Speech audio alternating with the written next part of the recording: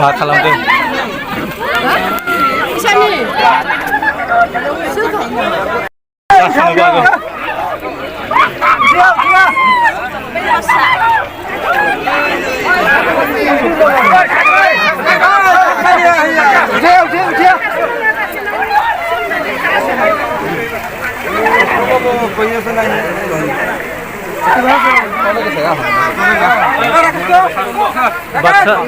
बाक्सा जिल्लानि रुपुइयाव मोनसे सोमोनांथाव जाथाय जादों। बे जाथायानो जाहैबाय रुपुइ बाथौ मन्दिरनि साखाथियावनो शिबनि लिंग मोनसे नुजाथिदों। बे नुजाथिनायखौ मानसिफ्रा फुजा फाथाल होआबासिनो ओरैनो बोखांनो नाजाबाय दं। नाथाय खोब दुखुनांथाव खोथा, बे बेसाद गोथार बेसाद हिसाबै बेखौ फुजा होनानै दिहुननो नांगौमोन, नाथाय बेखौ बेबायदि खालामनानै दिहुननाय नुवाखै। रुपुइ बाथौ मन्दिरनि साखाथियावनो बे जाथाया जादों। दा बेखौ आङो लाइभ टेलिकास्ट खिन्थानो नोंथांमोननो नाजाबाय दं। दा बे बेसादखौ गोथार बेसाद हिसाबै बेखौ इसोरनि फुजा बावथाय मुवा होनानैसो दिहुननांगौमोन, नाथाय बेखौ जोंनि मानसिफ्रा दा बेखौ थोंजोङै दिहुननो नाजानायखौ जों नुबाय थादों। दा बे सावगारिखौ आङो ভাল বেয়া সবে লারা লাগে, পবিত্র বস্তু যা কয় ভগবান না, আমার আত্মা তো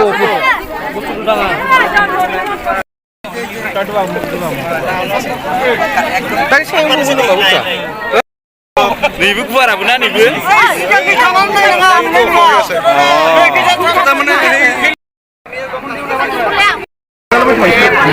Sini unang dong. Tunggu hikat tiba bisa ya, Pak. Mau belum bisa dulu masih.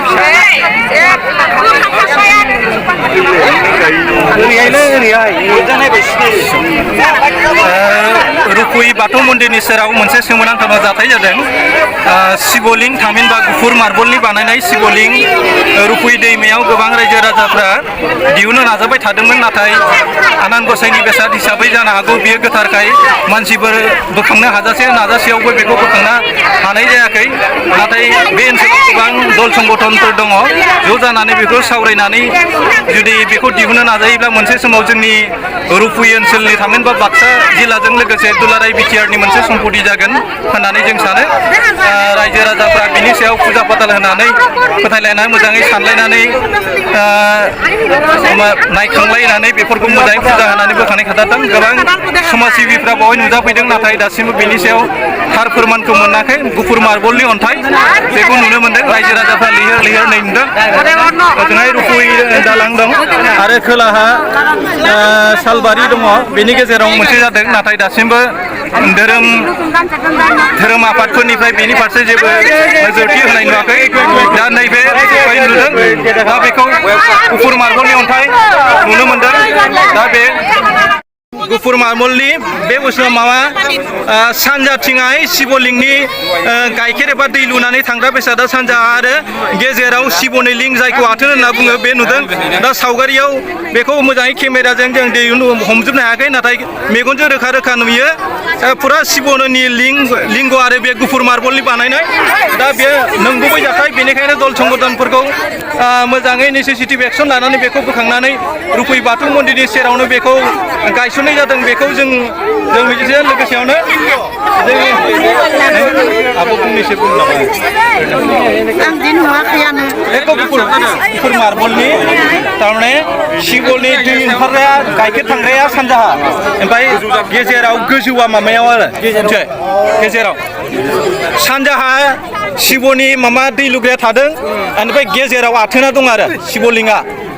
एक मार्बलनि आरो मार्बलनि बे मानसि बानायनाय बुस्थु नङा आरो मार्बल अन्थाइनि आरो गुफुर एखो क्लियार रोखा रोखा नुयो ओरै नायबा बांसिन नुबायस' आरो बेनिफ्राय दसे उनाव मासे जिबौआबो बेनिफ्राय बारनलांदों होननानै खोनानो मोन्दों जिबौआ बेनिफ्रायनो ओंखारदोंनो दा बेनिफ्रायबा बेखौ जोङो गोथार मानसि लानानै बेखौ नायाब्लाथाय दे